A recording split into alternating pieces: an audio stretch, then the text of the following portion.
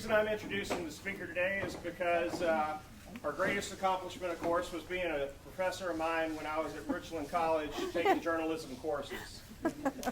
Marjorie Herrera Lewis is got a good career behind her already, and she's got more things to do.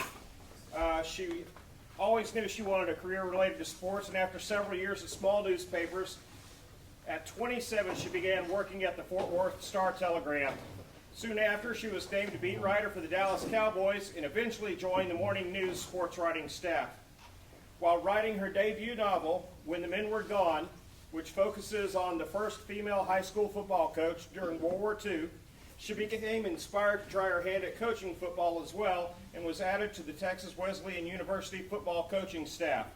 She presently teaches media ethics at the University of North Texas, and even though she's not here to talk about her book, which was in its second printing in 5 months and was named the Sports Illustrated Novel of 2018 and was recently named a Newsweek Best Reads, she's going to talk to you about the Cowboys.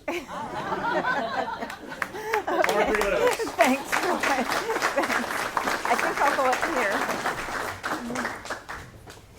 Thank you so much. I was actually planning on walking around, but since it's not working, I want to make sure everybody can hear. So I'll stand up here.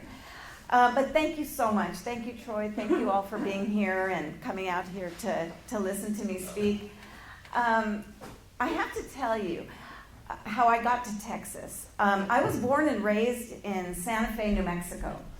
And my father and mother and 5 kids. My father was a dentist, and he used to travel and take the kids with him all over the country for dental conventions.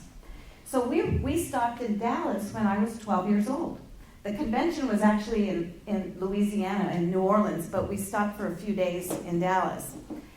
And at that point, I had been to Cleveland, San Diego. My parents had taken us to all these other places.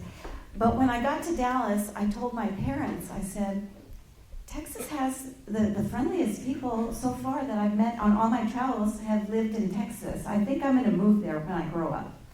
And they're like, okay, I'm 12 years old, okay.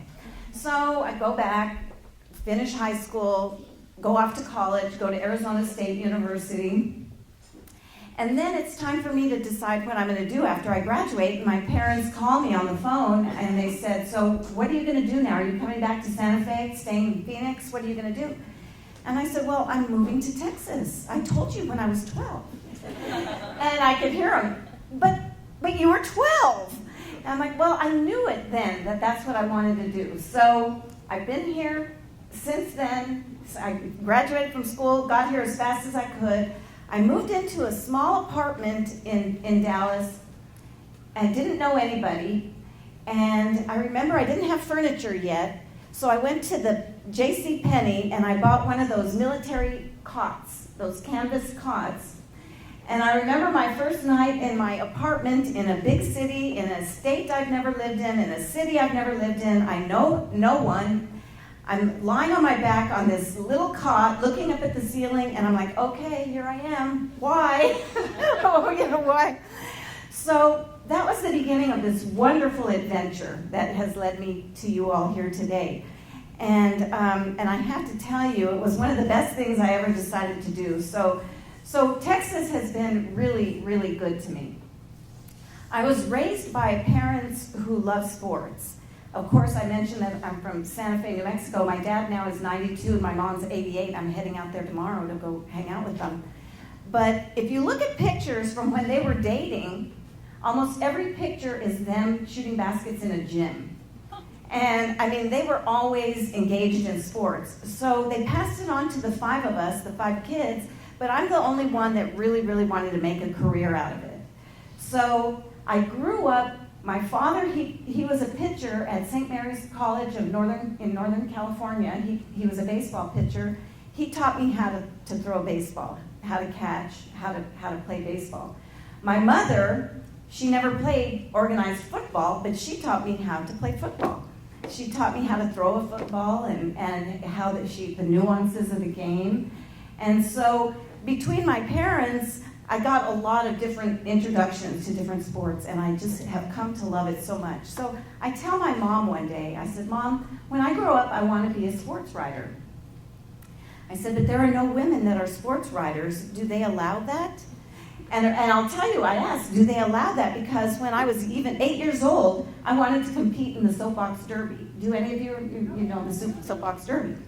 So I started making my car when I told my mom. She's like, what are you doing? I said, I'm making my car. I'm going to compete in the soapbox derby. And she said, well, they don't allow girls.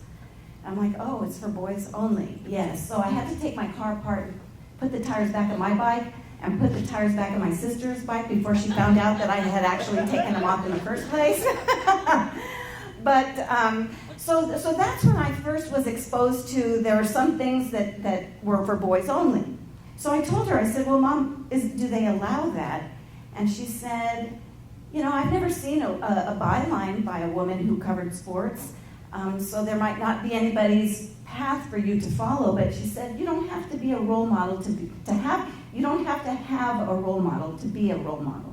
She said, so there was no such thing as Nike at that time, but she said to me, she said, if you want to be a sports writer, just do it. She should have gotten the credit for that. She started telling, I was raised, if I had my own biography, if I wrote a memoir, it would be called Just Do It, but Nike would probably sue me. But that's what I was raised. That's how I was raised. My mom said, just do it. She made it seem like everything was simple.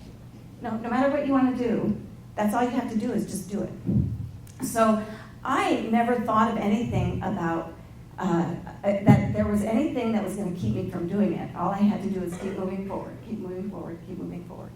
So that's what I did. And I found that when I started breaking into the sports industry, that she was right.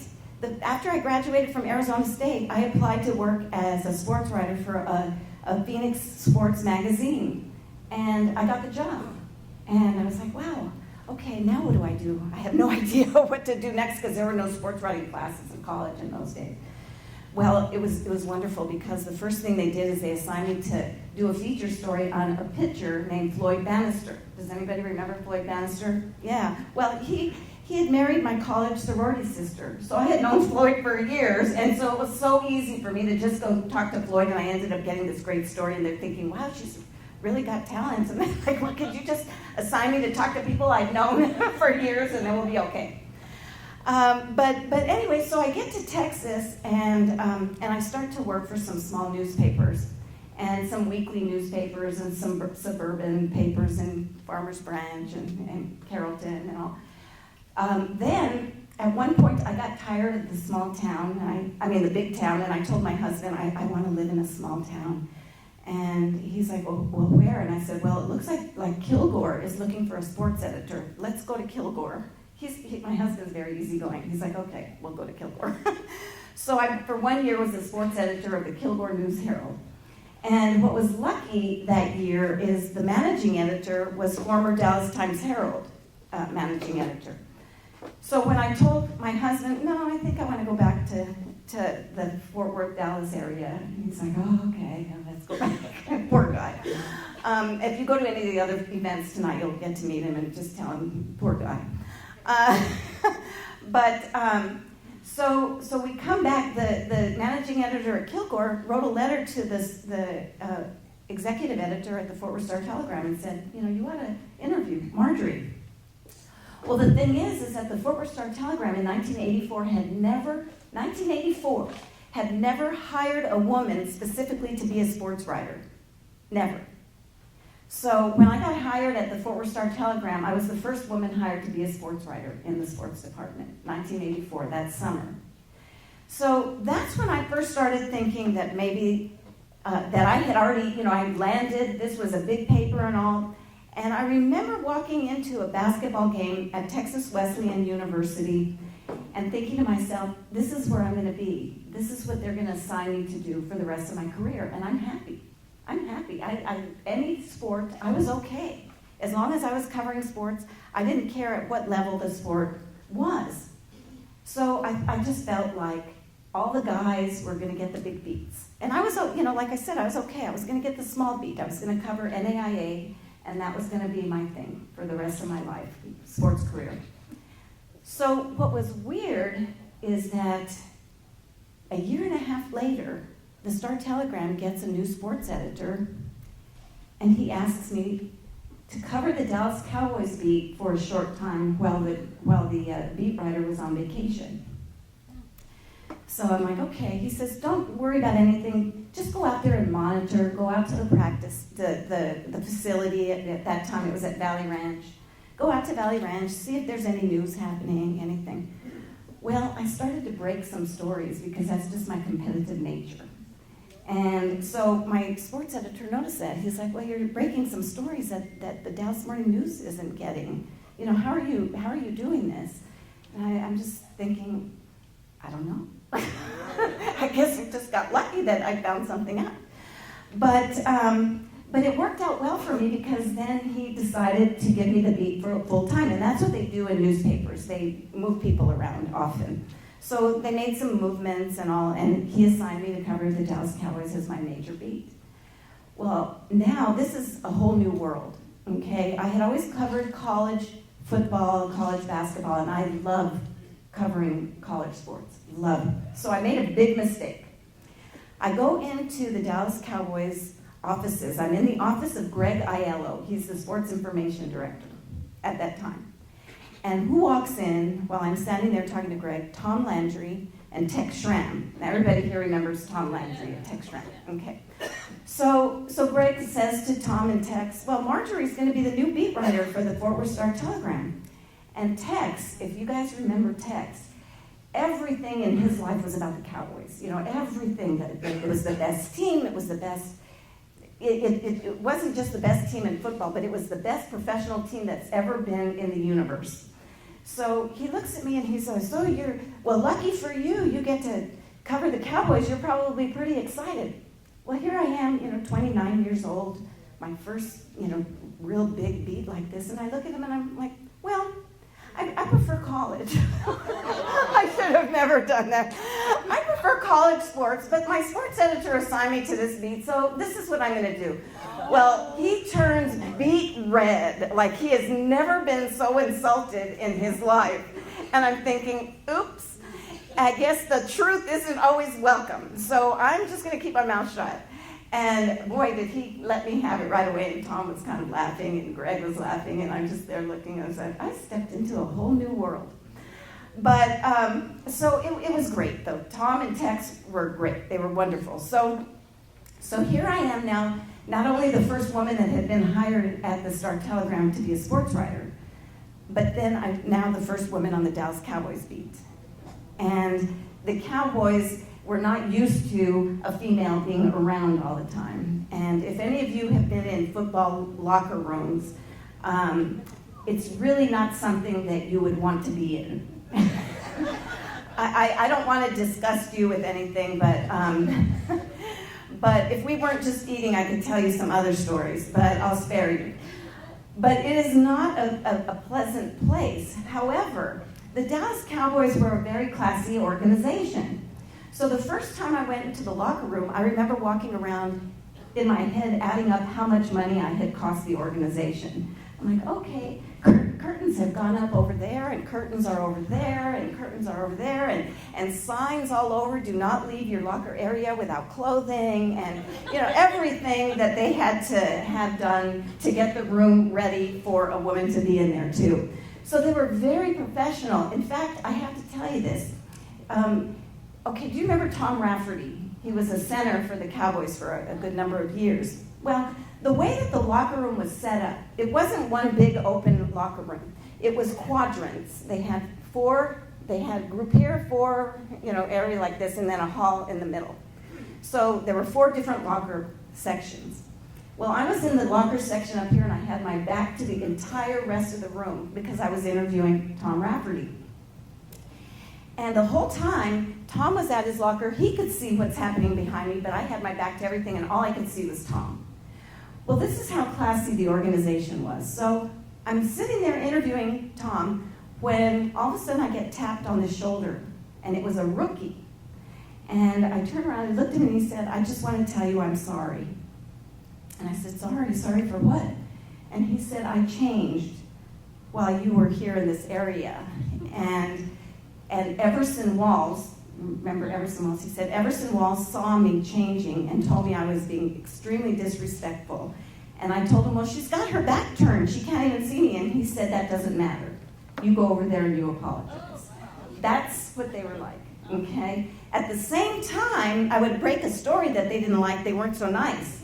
So, you know, there was always the good and the bad. There was the very respectful, and then there was the, I'm treating you just like I would treat any journalism, and I'm going to be really mean to you today. And I was like, okay, that's what I wanted. I wanted to be treated like every other journalist. But one time, something that happened, and I'm not going to talk about the book, but something happened that helped me understand the woman in the book who was a high school football coach in the 40s here in Texas. What happened, it was my very first training camp, and the Cowboys were at Thousand Oaks. And it was the first day, I'm the only woman out there, and I'm out there taking notes as the guys are practicing. Now, because it was the first day, it was a lot of free agents and draft guys, not the veterans, hadn't come yet. But I'm watching this practice, and then practice ends, and I'm leaving the field, and I'm going back to where the workstation is for the reporters. And this one rookie comes up to me. He comes really quickly on my left side, and he catches up to me. I could still see it. He turns around, he looked right at me, and he said, "You don't belong here." And I looked at him, and I just said, well, and I don't know what brought me to say this, but I just said, well, I just watched you practice, and I'm going to be here a lot longer than you are. Yeah. Well, I guess I was lucky because he was cut the next morning, and to this day, that was the only time I have ever seen him. So it worked out for me anyway. But those were occasions that were pretty rare. On the opposite end, so I go with the Cowboys to London. Remember, they played in London against the Chicago Bears. And I think, if I recall correctly, that was the first NFL game in London. And so after the game, so here the newspaper sends me all the way to London to cover this game. And the game ends, and I'm going to the locker room to get quotes. And pardon me? Who won the game? Oh, that's a good question. I don't even remember who won the game. It was an exhibition game. That's why I didn't really pay much attention. I think the Cowboys did, but the Bears they were surprisingly nice after the game. So maybe that's why I forgot. But you know what? That's a good question. If I'm ever going to bring this up again, I better go back and check it out. But the thing is so I go to the locker room to interview the players. And the London Bobbies won't let me in. So here, all the guys are already in there from the other newspapers and the Chicago papers and the Dallas papers and the other papers that had covered it, like the New York Times and Boston and Washington. They're all in there, and I'm the only woman on this trip, and I'm not in there. So I don't know what anybody's saying. I don't know what the other newspapers are going to look like the next day. I'm in a total panic because the paper sent me all the way to Europe and I cannot get a quote.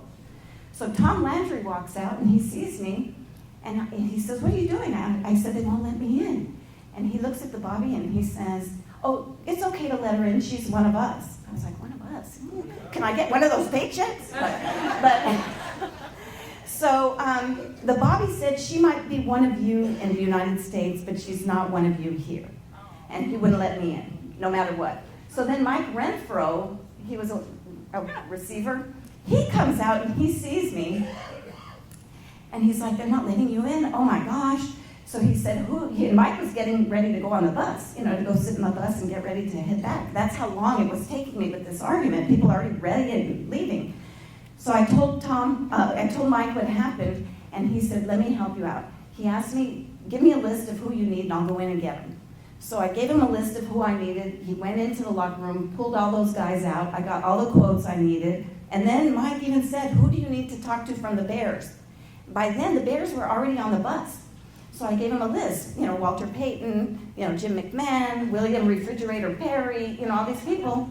And Mike goes on the bus. He gets on the Bears bus and pulls guys out to come out and talk to me. So that's the kind of classy guys that we have that I was covering when I was covering this team. So A couple of other things, though, that were really interesting, though, is that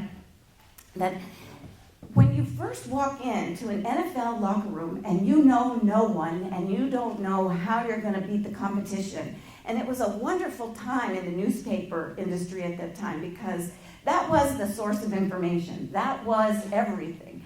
And when you're covering the Dallas Cowboys, that's really big. That was huge. I mean, I had people telling me all over the country when I was on the road for games and everything, you are covering the most important team in the country. And they could have been from New York, they could have been other places, and they said, this is the team. So of course there was a lot of pressure. There was an awful lot of pressure on me to get the stories, but I'm thinking, how do I even break into this? Well, I didn't exactly know Danny White the way I knew Floyd Bannister, who was also from Arizona State, but Danny White was there from Arizona State, and he was the quarterback of the team. So I'm thinking, well, we're both Sun Devils, maybe that will help me get to know Danny a little bit, and that might, the leader of the team, the quarterback of the team, if we establish a good relationship, other players are going to see this, and it will have that kind of an effect.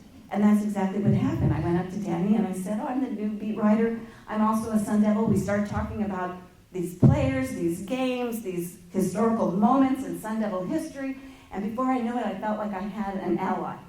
And then I'm thinking, well, this works on offense, but what about defense? Well, who's anchoring the defense? Jim Jeffcoat, defensive end from Arizona State.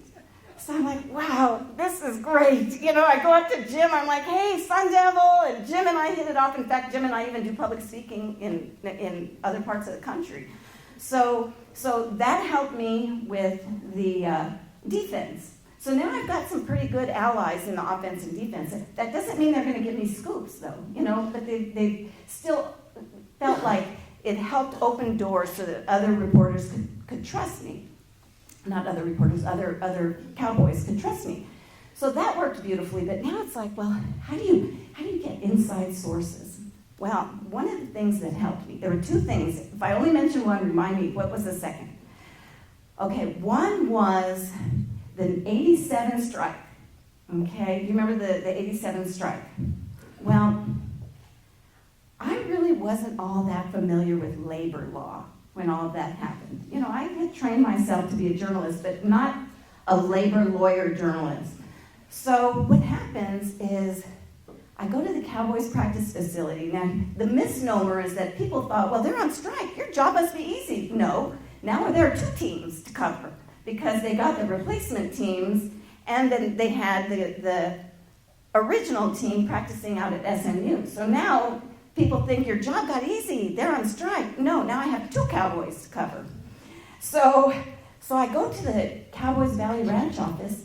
I park my car, and I get out of my car, and I'm walking in the parking lot, and I glance over inside of a car, and I see a position coach in his car with one of the striking players. Well, what did that mean to me at that moment? Absolutely nothing, because I didn't know labor law. Well, I found out shortly, within seconds, that was not something that is allowed to happen. Because I looked over there, I see them, and I smile and wave, and then the coach, the position coach, immediately jumps out of the car, and he comes running after me in the parking lot. And the huge guy, I turn around, he says, Marjorie, and I turn around, he goes, I'll do anything. Please don't report that. Please, I'll do anything that you need. I'll be your inside source. I'll tell you all what's happening behind the scenes. And I'm thinking to myself, I didn't even know there was anything wrong with that. I wasn't going to do a thing. But I'm thinking, I'm holding a cart now, whatever it is, I don't know. So he's looking at me, looking down, please, this guy begging me. And I looked up at him and I said, I'll think about it. I just thought, okay, I've got some kind of advantage on this guy. Don't know what it is, but I'm going to make him sweat. So I said, I'll think about it. I turn it around. I start walking, and he turns to me, please. So I said, okay, we've got a deal. This is, I'm going to need this. Whenever somebody is benched in practice, and if there's going to be a change, we had Herschel and Walker and Tony Dorsett playing. I said, if Dorsett's going to get benched, I need you to tell me that Herschel, nobody else is going to. Oh, I'll do it. So that's how I was able to get a lot of stories that I would break. I had to decide what's more important. Do I report that they were in the car together, or do I make the deal and I have all this kind of stuff? Well, for my readers, for the long haul, getting all this information was going to be much better. So it worked to my advantage, but I didn't know. The poor guy, he didn't know that I had no idea. The other one was, there was this other guy with the Cowboys who used to think that he could outwit anybody. Some of you might be able to guess who I'm talking about, but I won't say his name. But he thought he could outwit anybody. So I was in the work office, the journalism work office at Valley Ranch. That's all. I never went into the newspaper office. I was always just at the Cowboys facility. So I go into the work office, and I'm in there with all these other reporters. They all start leaving. They finished before I did. Next thing you know, I'm the only one left. And this character comes in and says, "Oh, so you're working late," and starts talking. And then he says to me, "Here, take this phone book. Open it up to any name in the phone book, and I'll tell you who it is." I'm thinking, what? And he goes, "And on top of that, I will be an inside source for you, anything you want to know, if I get it right. But if I get it wrong, you are never to come to me with a question again. I will never answer a question again." And I'm thinking, open up the telephone book? How could somebody know the entire telephone book? You know, it seemed like a good deal to me, but I'm thinking, but why is he so confident? But I thought, well, I'm going to take the deal anyway.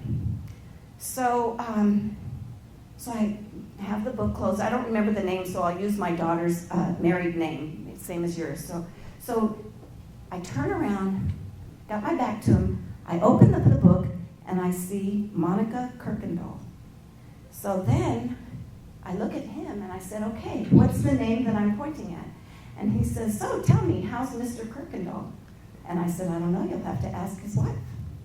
And he said, "What?"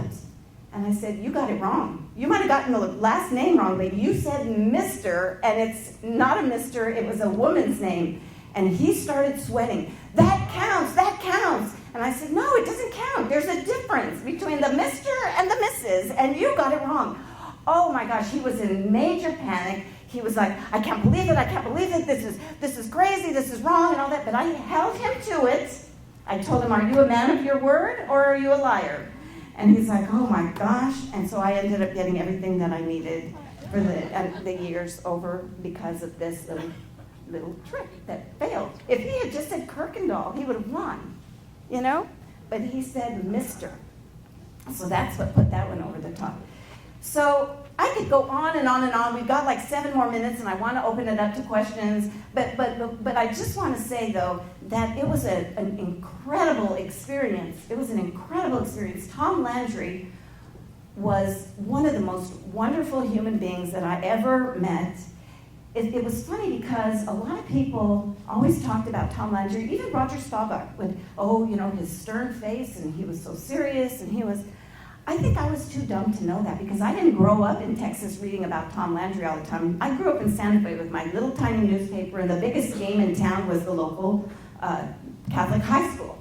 So here we go. Here I'm like in Tom Landry's office, and walking around on the campus at Thousand Oaks with Tom Landry, and I would tell him things. So I remember one time in particular.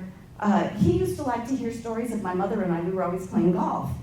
And I remember I sat in Tom Landry's office. I did the interview, and when I was done, he said, "So tell me, have you and your mom played golf lately?" And I said, "Yeah, in fact, we played a couple of weeks ago." He goes, "How did that go?" So he's asking me. This is something that the guys never experienced. When I would tell the other male beat reporters, they're like, "I never shot the breeze with Tom Landry. Never." So he says, "So how did it go with your mom?" I said, "Well, let me tell you. We went out to play 18 holes, and my mom turns to me before we tee off at the first hole, and she says, it's a beautiful day today. Let's not keep score. Let's just enjoy the day. Let's play a nice round and not have any pressure of keeping score." I said, "Oh, that's a great idea, Mom."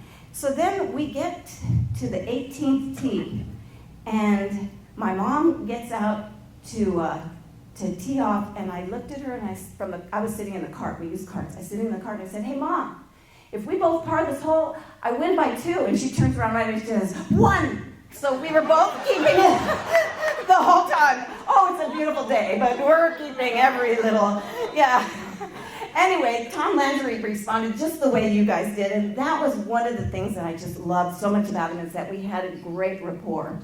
And I'll tell you one other Tom Landry story. So I'm coming out of the cafeteria at Thousand Oaks, and he and I come out at the same time, so we're walking along the way, and then there's the roped off area where all the fans are on the other side. So Tom and I are walking along this way, and everybody starts screaming, Coach Landry, can I have your autograph? Coach Landry, can I have your autograph? And he says, yeah, okay. And then I looked at him just jokingly, and I said, well, don't you know who I am? And then this one guy in the back yells out, his wife! And oh my gosh, he looked at me and we just died laughing. I'm like, no, I'm no one. But anyway, that's the kind of, he was just a great, great human being. So now we only have 4.5 minutes. Yes? How did you go from reporting to teaching? Oh, okay. I always wanted to teach. That's the other thing that I always wanted to do. And I always felt like if I could give my all as a reporter and learn as much as I can, then I can help the next generation of journalists do that. And that was my goal. That was since I was in high school. And I love teaching. Absolutely love teaching. I have had the most wonderful students at Richland. I've taught at UTA. I teach at North Texas. And then the University of Tulsa brought me up for a summer to teach sports writing on their campus. So it's been great. Yes? What's your relationship with the Cowboys today? Well, I'm not, it's not the same because I'm not there every day or anything like that. But I'll tell you, Texas Wesleyan University has a speaker series, a sports speaker series there, and it's called the Marjorie Herrera Lewis Sports Speaker Series. And whenever I need anybody, I contacted, and I've had Charlotte Jones Anderson come out and speak. I've had Moose Johnston come out and speak. So even though the relationship is different, it's very open and very warm. Yes? How was Troy as a student? Oh. Okay, does anybody here know Troy personally? Oh, yeah. Uh-huh, yeah. We all do. Yeah, do you really? Troy Aikman? Mm-hmm. I thought you were asking, how was Troy as a student? Okay, see, we've been talking. Talk about Yes, okay, no, because we switched. My head was cowboy. Absolutely, all these FERPA laws, that you can't say anything about students or you get arrested, and I know we've got an officer here, so I may be sharing a cell with her buddy here. Mm-hmm, yeah, but you can say things legally if they're good. So I'm good. We shouldn't be sharing a cell anytime soon. So I could say good things, and Troy was an excellent student, one of the best students I've ever had in all my 20 years of teaching. Yes, model student. You guys should be very, very happy to have him. No, he worked hard. He took his job seriously. Like all of us, we had a good time. You would say we didn't take ourselves seriously, but we took our job seriously. He was a very quick study. Everything that he took on, he did well, and was a good example for other students that were also in our program. Troy Aikman. I did a day in the life of Troy Aikman. I hung out with him all day, and great guy, very nice, very polite, but no offense, Troy, I like you, but I was ready to fall asleep after like 10 minutes. Not too exciting, but that doesn't matter. He was a good quarterback and he's a good person, just not real exciting. And then I did that with the Day in the Life of Michael Irvin, and very different. Allow me to change the subject for a second. You grew up in Santa Fe. Yes. If you were a tourist like me, I'm planning a trip. Which hotel should I stay at? Oh, okay. La Fonda and eat at the Shed. La Fonda Hotel and eat at the Shed. Yes. Okay. And did you have a question? Or did I see somebody else? No? Okay, over here. Yes? I think we should share that sale because you did lie. No. Things have changed since then. Yes. I was wondering, I'm working at the newspaper, and Alice did a great story, and so I Yes, got to thank read you. it before anybody else did. I've been excited about this. But I was wondering about how you first stumbled upon the story of the coach and like that history. Oh, okay. So the novel, and we have an event at 5 o'clock at the Texas Theater? Texan Theater. And then after that at the bookstore doing a book signing. But I came across the story of this woman in 2011 when I went to get allergy shots, and I was wearing a T-shirt that said University of Tulsa football, and the nurse said to me, "Oh, a woman who loves football. I do too. It runs in our family because my great aunt was a football coach." Now, what's interesting about that is I had been going to this allergist for 23 years, and I had never worn a T-shirt until that day. So it took me, she and I, the nurse and I, crossed paths for 23 years before she had a reason to tell me about her great aunt. Yeah. Mm-hmm. But anyway, I guess we're up on time. Troy, if you have anything that you want to wrap up, but thank you so much. I hope that we see you guys at the Texan Theater today and at the book signing later on today. Thank you so much. I wish I could tell you even more. I've got so much more I could tell. Okay, well, thank you.